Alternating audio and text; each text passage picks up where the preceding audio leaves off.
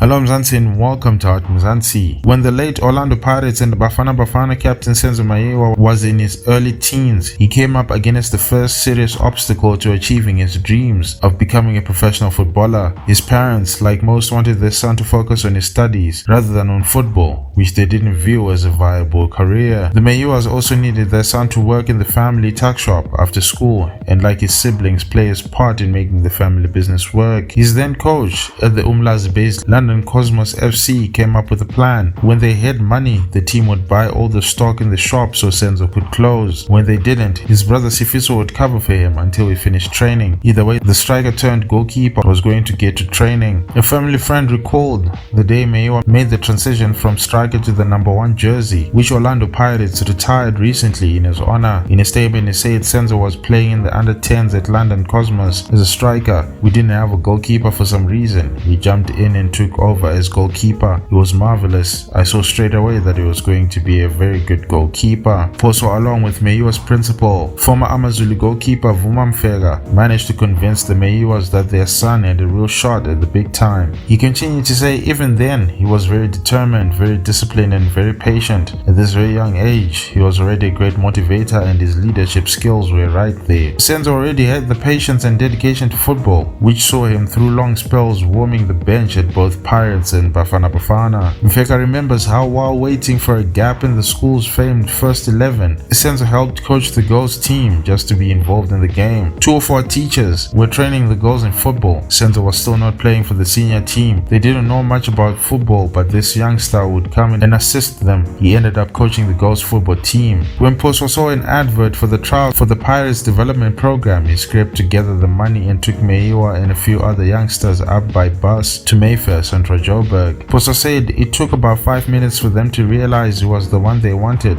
The rest of the time he was very organized, always singing and dancing and leading the others. He was full of fun and very disciplined. Even then his colleagues respected him. After 5 years playing for the Pirates development side, Meyiwa joined the first team in 2005. Orlando Pirates development coach Augusto Palacios talked about how he will never forget his first interaction with Meyiwa back in 2001, saying, "I remember a very small boy from KZN with a smile on his face. While I was with the under-17s, Senzo had a big appetite. We used to be served samp and beans at the Pirates Youth Academy." A former coach said he made the squad after impressing while in goal for the Orlando Pirates Academy. We played them in a friendly match and we also served as scouting window for the national team. Agent Mike Macab, who first met Meyiwa as a 13-year-old playing with his son Michael in KZN, worked with him for the first time he signed professional papers with Pirates, for whom he made his professional debut against Amazulu in November 2006. Macab said the guys in the team became friends, and when he went to Pirates development, I kept tabs on him. When he signed professional forms, Pro Sport in effect managed the majority of his career. Whenever we spoke or met, it wasn't his agent or player, it was more of a family relationship. That's how I saw him, as an extension of our family. Meyiwa's cousin Brenda Mhlongo was among the family members helping to deal with the flood of mourners who came to pay their respects at the modest KwaMgaga street home in Umlazi. Mhlongo's help was needed. The crowd at the house swelled and shrank as people came and went from KZN,